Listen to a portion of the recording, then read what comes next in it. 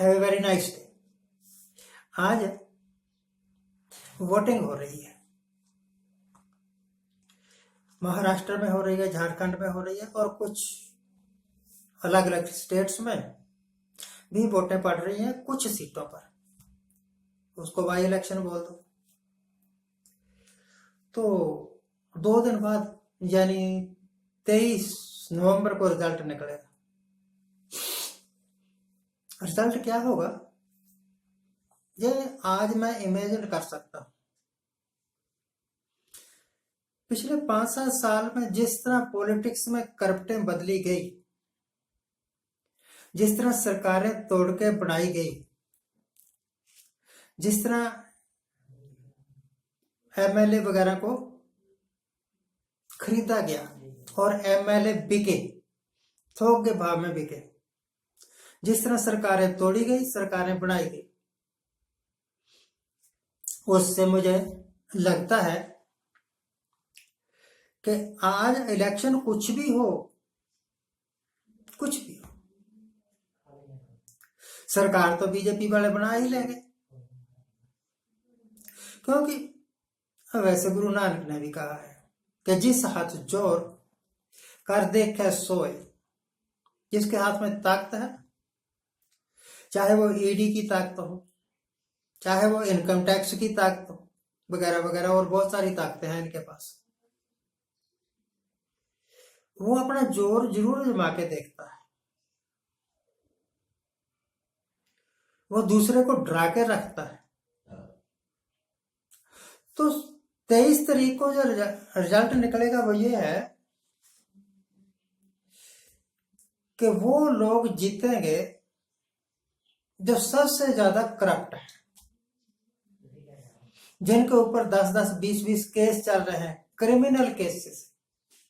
पहले भी ऐसा ही हुआ, चाहे वो लोकसभा का इलेक्शन हो और चाहे स्टेट इलेक्शन हो। वही लोग आगे आते हैं, वही लोग जीतते हैं जो या तो पक्के बेईमान हो, ठग हो, बैंकों को लूटा हो जिन्होंने।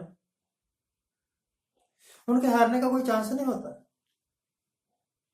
क्योंकि वो जानते हैं कि वोटर का ईमान है 10-50 रुपए, 100 रुपए या 500 रुपए। तो एक बोतल दे दो, वोटर खुश, और उसकी सारी वोटें में जो मिल जाएगी, जितने भी घर की वोटें होंगी। तो आज जो इलेक्शन हो रहा है वो डेमोक्रेसी का इलेक्शन नहीं है।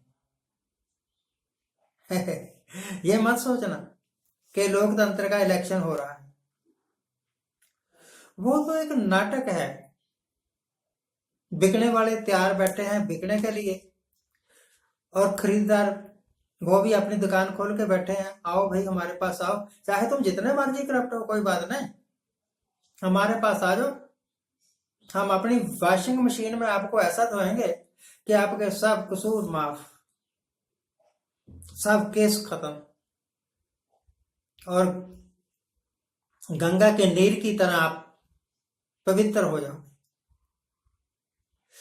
तो वो पार्टी जीतेगी जिनके पास सबसे ज्यादा करप्ट लोग होंगे। वो पार्टी सरकार बनाएगी जिसके पास सबसे ज्यादा पैसा होगा और खरीदने की पावर होगी।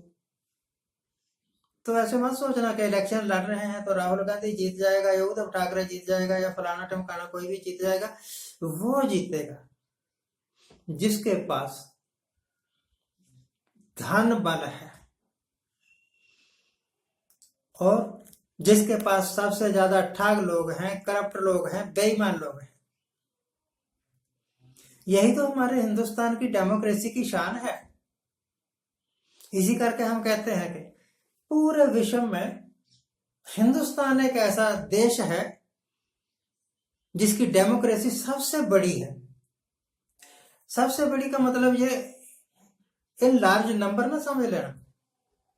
सबसे बड़ी का मतलब है इनके पास सबसे करप्ट लोग हैं, बेईमान लोग हैं, ठग लोग हैं, झूठे लोग हैं, ईमानदारी जिनके पास से नहीं गुजरी। मैं तो बेवकूफ था कि उन स्कूलों में पढ़ता रहा जिनकी दीवारों पर लिखा हुआ था ईमानदारी सबसे बड़ा धन है। सदा सच बोलो। आज की पॉलिटिक्स में अगर आप सच बोलोगे तो निश्चय ही आपकी जुबान तो जब्त होगी। अगर आप ईमानदार होवोगे तब भी आपकी जुबान तो जब्त होगी, लोग आप पर पत्थर भी मारेंगे। अगर आप करप्ट हो, अगर आप बेईमान हो, अगर आप ठग हो, अगर आप किसी को भी वायदा करके अपना मतलब निकाल के भुला सकते हो या उसको जेलों में ठूस सकते हो, जैसे पंजाब के कितने ही सिख नौजवान, उनके नौजवान नाम की चीज ही नहीं है उनके पास। जब पैदा हुए, थोड़े से बड़े हुए तो जेलों में पहुंच गए, सारी उम्र जेलों में, 40-40 साल से जेलों में बैठे हुए हैं, उनकी कोई सुनवाई करने वाला नहीं है। ऐसी डेमोक्रेसी, गजब की डेमोक्रेसी है ये तो। सचमुच ही पूरे विश्व में हमारा वर्ल्ड रिकॉर्ड होना चाहिए कि हिंदुस्तान एक ऐसा वाहिद मुल्क है जिसके पास चुने हुए लोग, चाहे वो एमपी हो चाहे वो एमएलए हो, सबसे ज्यादा करप्ट है और इन लार्ज नंबर भी है। तो करप्शन की होने वाली जीत के लिए आपको पहले मुबारकबाद दे देता हूं। देखते रहिए। Thank you very much for watching. Keep watching. Please subscribe my channel, share it.